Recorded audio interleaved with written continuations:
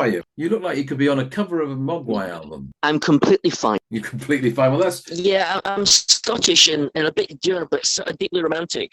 yeah. What a good combination. You're listening to the voice there of Graham Chalmers, co-host of Two Big Egos in a Small Car. Two big egos in a small car that constantly needs scraping at the moment to remove the ice. But we will seek to warm you all with our topics this evening. Graham, briefly introduce yourself. Graham Chalmers, Harry Advertiser, Charm Events, Charm Magazine, Charm Gigs. That's a good introduction. I'm Charles Hutchinson. I continue to write on a freelance basis in York for the York Press. I run the Charles Hutch Press website here in York, and also contribute to York Radio fortnightly Wednesday arts slot. I now have a more things to do column in the Rydal Gazette and Herald as well. So spreading myself The as widely as a jar the of empire's marmalade. expanding, Charles. The I would hate to empire's say that, expanding. Graham, but that's a nice thought. So, Graham, Today, Rydal, tomorrow, the world. well, yeah, you got to start somewhere, and Rydal, exactly. Why not? What a beautiful place to start. So, Graham, intriguing first topic, I think, this evening. So, the order is important from the top to the bottom. Number one topic is Netflix really beating the BBC. So, now, whose information are you trusting or not trusting here? Well, the right-wing press in Britain delighted in reporting this, mostly when it came to the headline intro and the top half of the stories they were writing was completely devoid of context. It can actually turn out to be not actually true, even though it's a fact. So the fact was that viewing figures from BARB, the UK's official ratings body, showed that Netflix audience reach overtook BBC One last year in September, October, and November. Although by December and Christmas, BBC One had overtaken Netflix again. So the press were going, well, Strict was huge, bigger than any Netflix show in Britain. But so the press were going, oh wow, Netflix overtakes BBC. That was it. But there's a slight problem with that one. The slight problem is this: audience reach measures the number of people who watch a TV service for at least 3 consecutive minutes in a month. So the Netflix figures are based on people who watch 3 minutes of Netflix at least each month. And the BBC's 2024 annual report showed that audiences spent much more time actually watching BBC shows than Netflix shows. So that's the first problem with that fact that became the headline and intro. So it's Netflicker, isn't it? The flicker between on and off.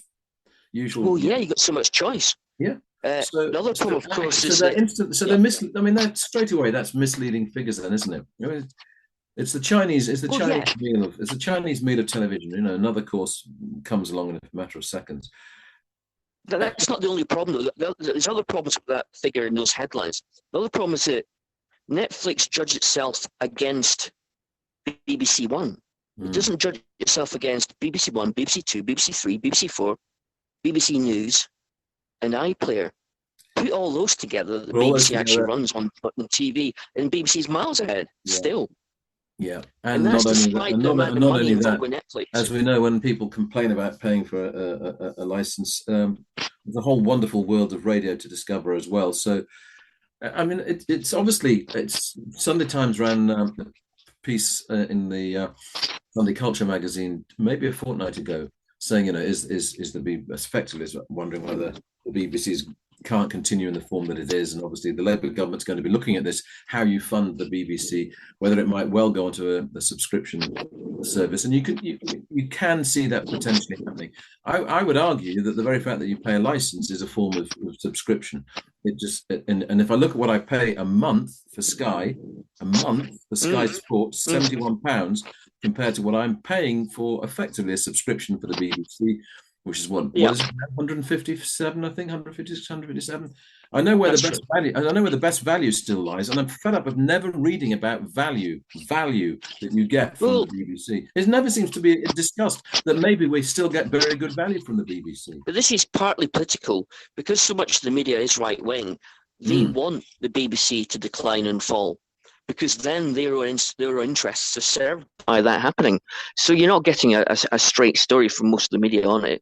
Another problem, of course, is that the BBC isn't allowed to compete properly. No. It can't advertise, it can't borrow money, it can't sell Wi-Fi with it, it can't sell gambling sites with it, it can't sell your mobile phone with it, it can't compete in the salaries because Netflix and all the rest of the streaming channels are part of multinational Yeah. corporations who've got big pockets and lots of debts.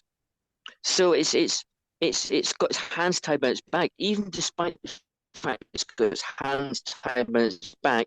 Its programs in general in Britain still get bigger, proper viewing audiences than the streaming services do. So I think the miracle isn't that the BBC is supposedly in decline. The miracle is that BBC is still so popular. It shows it's still doing fantastic programs.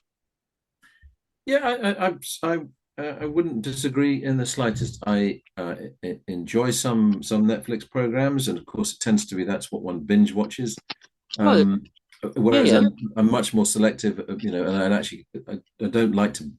Strange how this may just be my habit, but Netflix equals binge watching. BBC, I like to spread these things out rather more and watch them with a different tempo to it, and long may that be able to continue. But I do like the option that's there. But yeah, as I say, I still believe that it is unquestionably value for money.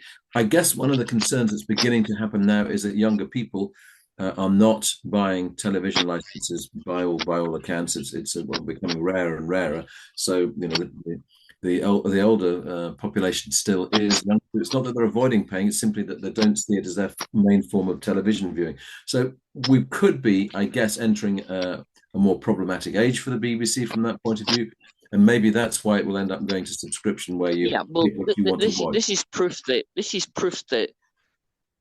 the, te- the technical side overcomes content, Yes. because the fact BBC's content is still superb does not guarantee its survival. No. No. And other channels which aren't actually as good overall as BBC, they will survive Yeah. because long-term problem, like as you've identified, with young people not paying the license fee. And top of that, the other problem the BBC faces, and ITV and Channel 4 as well, is that in 2024, i.e. last year, Mm.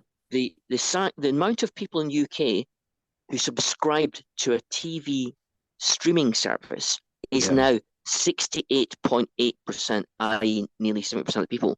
Gosh, Now, that is if you're penetration, paying isn't it? money, It really if is. you're paying money Mm. each month to a Mm. streaming service, it makes you less likely to watch the BBC or ITV or Channel 4, Yeah, yeah, because once yeah. you've paid the money, you might as well watch that service's programs. Mm. So Mm. I'm not trying to pretend there isn't a serious problem coming along the track. All I'm saying is that the problem could be tackled if there was a political will to find the solution. But the BBC has just become a political football, just like the NHS. Yes. So you can't trust anybody involved with politics to come up with the right solution for the BBC, because they've all got various axes to grind. Would you And you suggest? certainly can't trust the press. No. Well, absolutely. There's a very interesting piece that Celestine was reading out to me yesterday in the car. Various funding projects that the Labour Party have announced, and none of the right-wing press or the main newspapers largely have completely ignored all these things that they're introducing, instead going on about reintroducing capital punishment, etc., etc. So Labour, who are, just to remind these newspapers, are in power and actually are informing. And it would be helpful actually to tell people the kind of policies that they're introducing. But newspapers are seeing fit to ignore that and just to continue an anti-Labour policy while they're in power, and which is problematic in yeah, itself. there's no such thing as differences in how inaccurate and unrealistic and biased the press is. And we're living in what's actually happening in the real world in Britain right now. And the world of most of the newspapers and media outlets have very little relation to each other. There's a huge gulf between what's happening and how it's being reported, just because the politics of the era and the money situation in the era.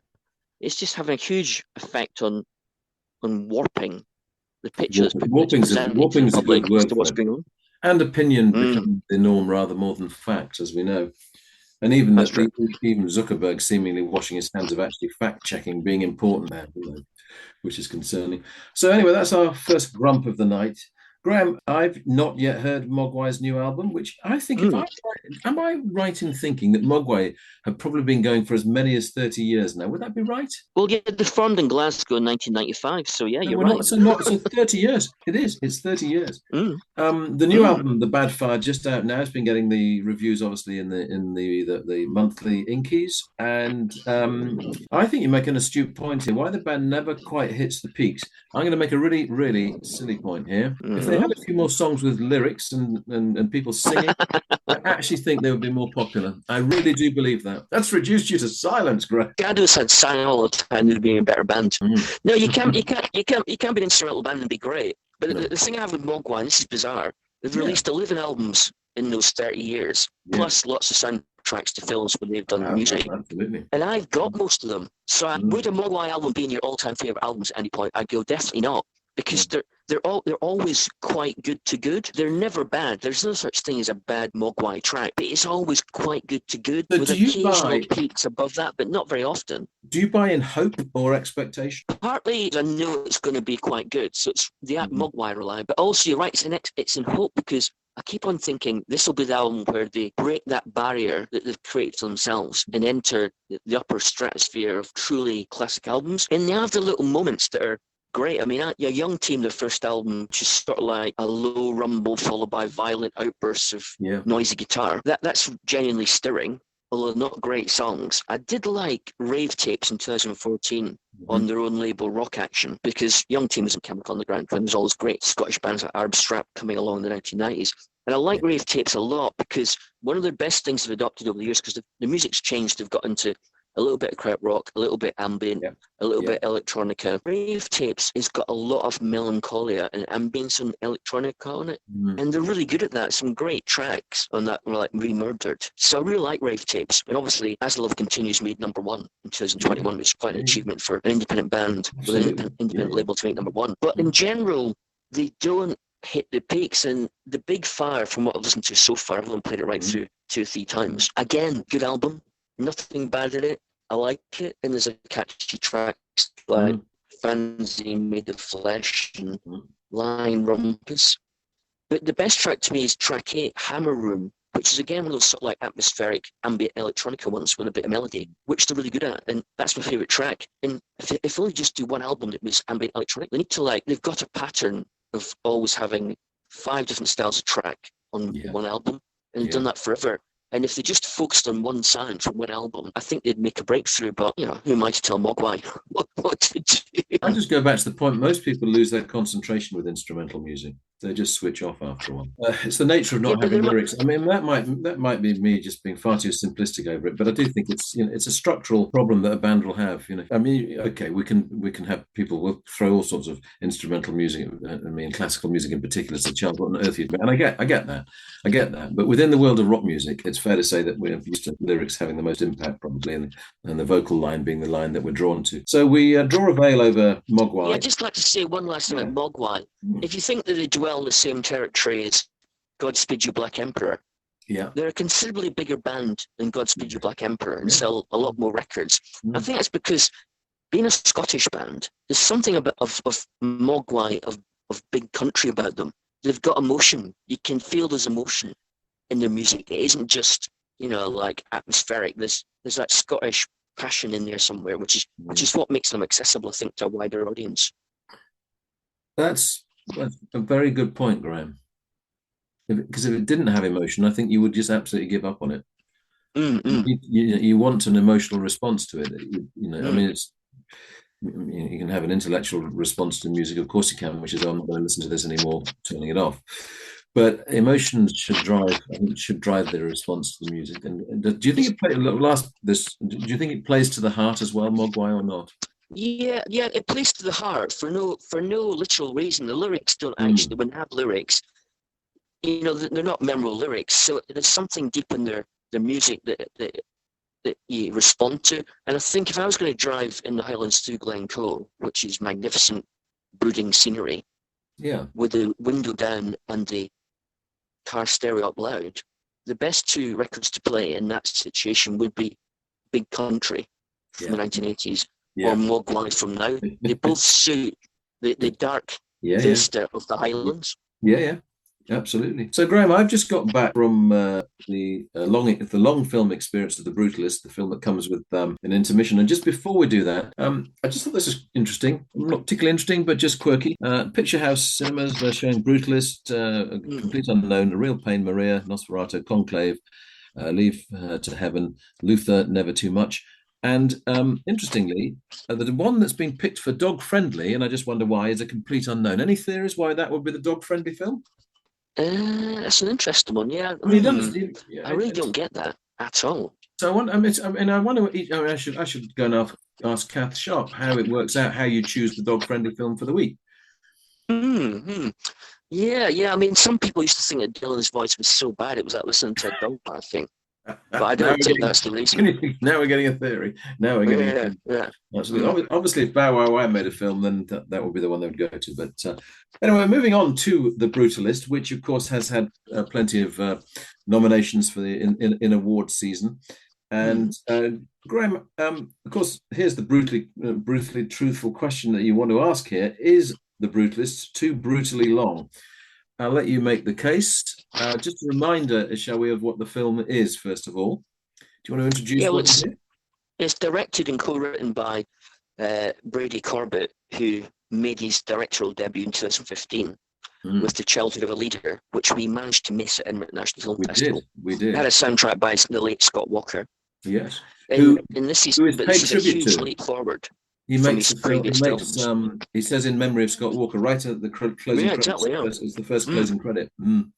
So he's co-written the script with Mona Fastfold, and it's a sort of epic prog rock of a film based on the post-war era of the 1950s and about architecture, which doesn't sound that promising for a movie, but it's also about the Jewish diaspora after the horrors of the Second World War and how they came to terms with like getting their lives back together, leaving Europe for America. So it's a big theme, and it also ties in a bit like the complete unknown is about how the early 60s was full of like energy and the possibility of changing for the better.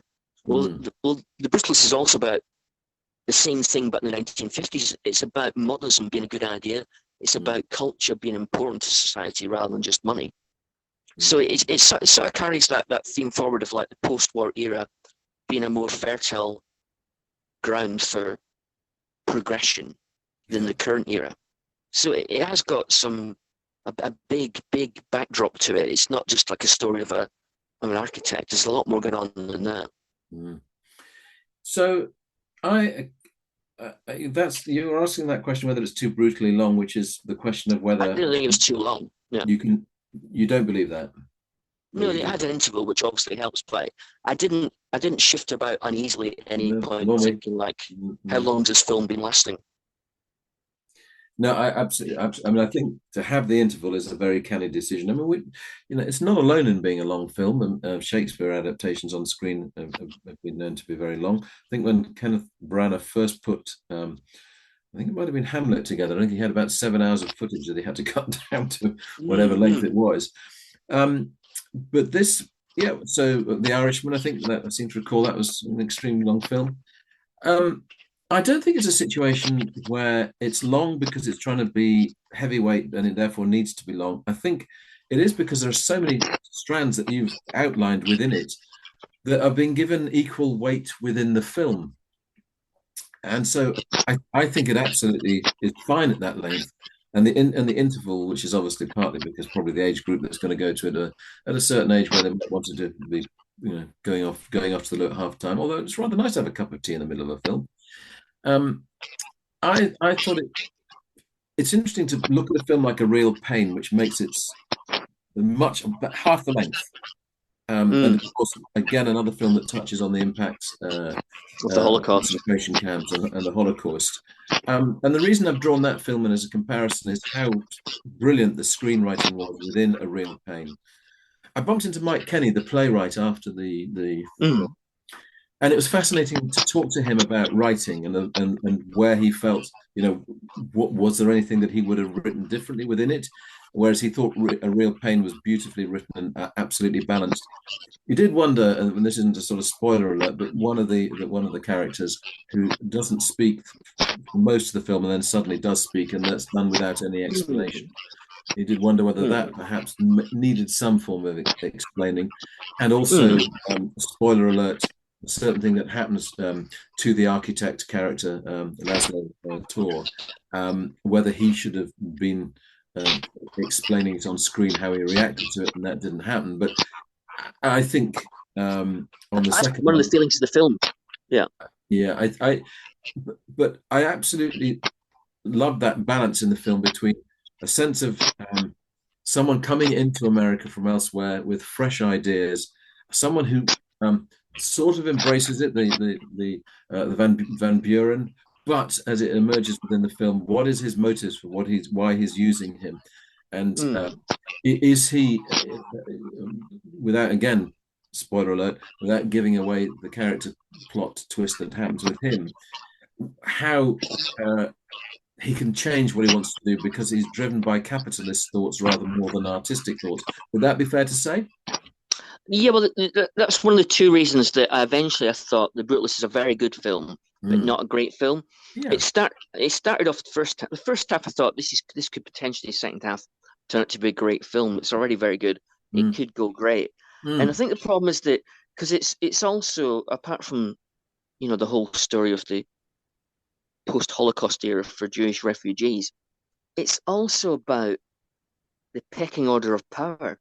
Yes. And the almost rapacious primeval nature of American capitalism. So it reminds me a little bit of a less melodramatic, more arty version of Paul Thomas Anderson's There Will Be Blood, starring Daniel Day-Lewis as an all-baron. Yeah. And Ayn Rand's books like The Fountainhead about American capitalism in the 1950s. It reminds me of that.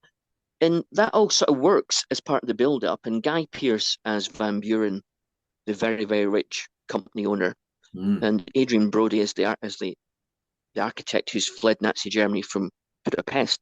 They're both brilliant performances, although they don't actually meet up enough times with great dialogue to exploit that fully. And I think if there'd been more scenes with those two together, it would have been a better film. But I think the problem with the film is that its dissection of human frailties and failings is quite good. A bit like The Zone of Interest. It's dissecting how these people are behaving and what their motivations are.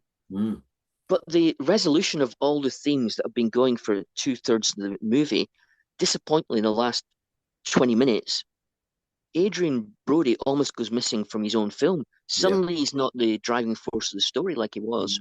And he's supposed to be the hero, but he almost disappears from the film towards the end.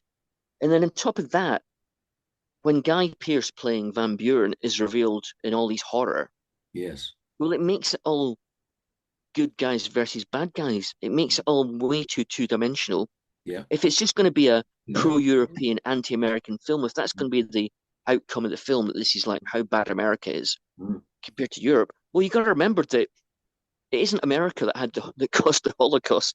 America didn't cause the First World War, in which millions of people died, or the Second World War, in which even more people died. They were both born, and mainly fought in Europe. So for the film to end up being so anti-American, I just felt, they've almost snatched defeat from victory here just at the last minute. But it's still a very good film, I thought. I mean, it is a true story. He did it, Laszlo Tor,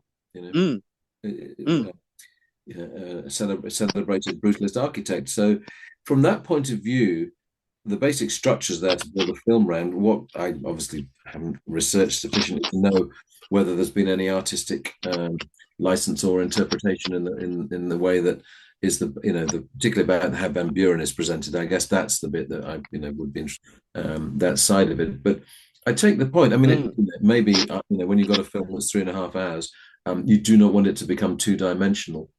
I just wondered about whether the nature, though, of filmmaking ends up being them and us, and ends up being confrontational, and the nature confrontational can make something two-dimensional. That's often the structure that it ends up between the good guy. People soften that by being more positive and optimistic, because it was an optimistic era. The 50s and 60s were about Western Europe and America being better countries than they were before the Second World War. And the liberal culture was in its ascendancy. And brutalist architects were all very idealistic. in very. They believed in the world becoming a better place, and I think that they've gone bigger on that. And at the very end, they go back to that theme. At the very, very, very end, but you they bring noticed that where, back up. but you noticed It's where too they late. did that. They haven't gone positive enough in the last 25 minutes to And deliver that Graham, feeling. you'll There's no see feel that good factor in that film. You don't come out of the film either impressed by. no. I don't. I think they were so intent not to be a Walt Disney type film. Oh, absolutely, absolutely. Yeah. I mean, it was interesting that so the epilogue, the appreciation of Laszlo tour was in Europe rather than in America, and I think that was back to your point up about that. That was significant. That the testimonial to how his impact as an architect came from. Came in Europe rather than America, and I would suspect that was a deliberate editorial decision as well to show that as the epilogue rather than how he might be treated in America. Yeah, you're right. But it's also a very interesting directional style. It has got some classic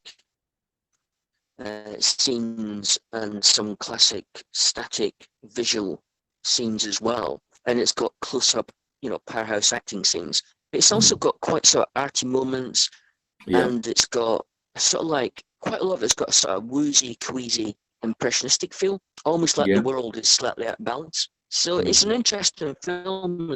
There's a lot of depth to that film. I just don't think that having set itself up so well, it delivers in all the ideas properly to make it a full experience. It's like 9/10 of a great film. Well, that's 9/10 more than some films we can think of. So, well, exactly, yeah. I mean, Graham, we would both urge people to go and see this. Completely, yeah. I mean, it's a great film, and it makes you interested in architecture, which is quite an achievement. Well, that's the other element that I think I would reflect on is just how well the set design or the design work of the film, that side of it is beautifully done, and that can be, for example, the visit in Italy to a marble mine. The way that's framed and filmed is beautifully done. So, and even actually the revelation of the building that he's created for Van Buren, that appreciation of beauty and brutalism is not conventional beauty by any means, and yet actually we saw the merit of that, and in particular, again, spoiler alert, the significance of how Laszlo uses light to play within what he has created. Again, I think that's beautifully held back until the back end of the film, and that again is where cinema can so beautifully capture that. So I loved that side of the film in particular. I thought that the whole sense of architecture and appreciating creativity that way, it does come across really, really strongly. So I absolutely would recommend you spending your 3.5 hours, and maybe for me, perfect Sunday afternoon viewing. I've got to say that. So, and hopefully, I enjoyed it, and I also think that your description of Marble Mine. If I was going to form a 4-piece beat group, I would call it Marble Mine. Marble Mine. The great minds think alike. So now, Graham, next topic, just briefly, I guess, on this one. We trailed vinyl sessions, and you had your showdown, as you call it, earlier this week with the great music author Rob Chapman talking about Syd Barrett and Nick Drake. And of course, Rob came onto this very podcast and discussed it. How did it go, Graham? Sort of doing it in a different atmosphere from the obviously dry academia of our podcast. Well, yeah, it was the real world, and it's packed out with a really interesting bunch of people who paid £11 to Harry Gospel Charity to watch this event. And there was Colin Payne, the Vinyl Sessions founder, followed by myself, my charm colleague and great friend James Littlewood, attempting to stand up to the great brain of Rob Chapman, who's written recently the fantastic Unsung Unsaid book about Syd Barrett and Nick Drake's lives, which is a groundbreaking book because the whole thing's fictitious, and yet it makes you understand both Syd and Nick's lives a lot better than previously. It's a fantastic book. So it was basically us two versus him, which means we should have won. We outnumber him. But what Rob knows about rock history and Syd and Nick makes my knowledge, which is reasonable, and James's knowledge, which is good, just poor. So us two against him is a bit like two weaklings taking on Tyson Fury in a boxing ring. I did kind of feel that in the podcast as well. I remember there was something I wouldn't say I challenged him on. There's something I came up with, and I remember him, challenging back straight away. I thought, yeah, this is a bright, knowledgeable man here. So, now what the audience? I mean, there'll be Syd Barrett fans and there'll be Nick Drake fans, and maybe actually would there be that? But was that in primarily? I mean, that may seem a silly obvious thing, but actually, was that the case? I mean, are Syd Barrett fans? Can you detect them from Nick Drake fans, or do you think actually there is a crossover there, which is, of course, partly what happens in Rob's book? I think there's a crossover. I think Syd inspires a deeper level of devotion than Nick Drake, but there's a crossover. People like Syd tend to like Nick and vice versa. Yeah. But the audience contained like musicians like Ashley Reeks and writers, photographers, music fans, and also Mark Sturdy turned up, who wrote the first book about pulp. I think it was about 15 years ago, and he showed up. And I hadn't met Mark for quite a long time. He was so interested in the idea of the event that he turned up as well. So it was a good audience reaction to the whole thing, and it went down exceedingly well. And I find it really entertaining myself, because I don't mind if someone contradicts me in public and if it's entertaining. So I was quite happy to take a few punches from Rob intellectually, because I just kept jabbing away. I don't care. I'll jab till I can't jab anymore. I mean, that. I think things work like that. You do the jab, he comes with a knockout blow. That's fine. I think that works. And you get back up. You get back up and you do it again. Well, as to quote a certain Yorkshire band, Chumbawamba, I get knocked down, but I get up again. Yeah, exactly. So now, Graham, this is an intriguing but brief subject, I imagine.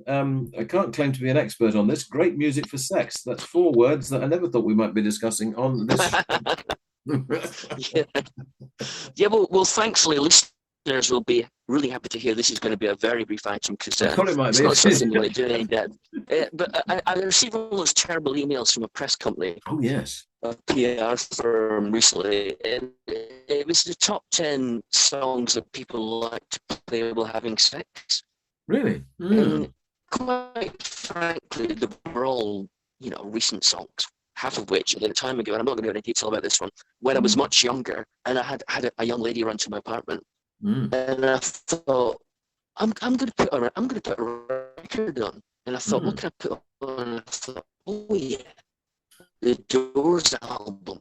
So the Doors? Jim Morrison's quite sexy. Yes. So I put it on the first side of the Doors album, which is got Light My Fire. Light My Fire, the obvious one to go for, Graham. It's got Light My Fire, it's got Break On Through. Excellent metaphors for sex. Excellent. Keep going. Fine. And it just didn't work. It didn't work. I didn't take. Why am I not even remotely? She shut the doors on you on that one, Graham. Not even remotely surprised. Can I just ask? Surely Marvin Gaye must have featured. I mean, surely Let's Get It On must have featured. No, because what kind of list was this? The charts now are based on mainly people, below the age of 40 or 30.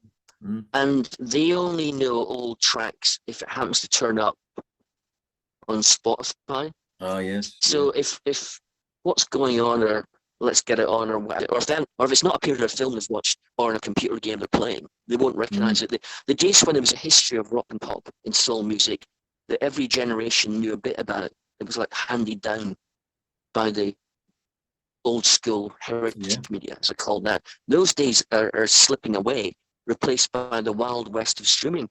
So there is no common history now. There is no linear past that everybody who likes music now actually knows about. That's pretty much gone. I mean, it strikes me also, attention span is supposed to be about as long as the attention span of a gnat, apparently, amongst young people. So it strikes me that it's just, they'll be just changing the track anyway every few seconds. They won't be concentrating on. I thought it was kind of about a long groove, wasn't it, in the old days? That's the whole point of Let's Get It On. Play the entire album. That's why when I picked the Doors' first album, that was a bad choice, because it's not a long groove. It's all quite dramatic, perky stuff. Oh, Anyway, thanks for that subject, Graham. That's one we won't necessarily return to immediately. Yeah, thank you. Now, right, are we going to ask, is Procul Harum's debut album, early 1968, the first prog rock album?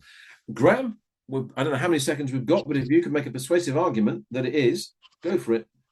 Well, Mike Barnes, who wrote the fantastic book A New Day Yesterday, UK Progressive Rock in the 1970s, in 2020, he thinks the first prog rock album was King Crimson, In the Court of King Crimson, which came out Many in people say that, 1969. Graham. Many people say that. I think early 60, I think it's January 68, the first Procul Harum album came out on Regal Zonophone label, which is an EMI offshoot. I think that is actually the first prog album. And I could tell you more, but if I tell you more, we will definitely run out of time here. So I'm not going to bother. I feel you've given a definitive answer. You've made a perfectly good case. It came out earlier in the year. They always considered themselves prog rock, did Procul Harum. Not just a whiter shade of pale, but any other colour you can think of. So you've convinced me, Graham. Good. That's a happy ending.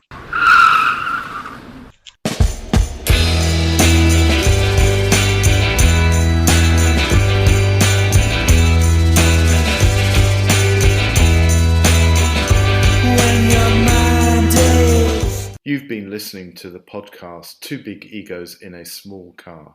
Your hosts were Graham Chalmers and Charles Hutchinson. This was a Baltic sub-production.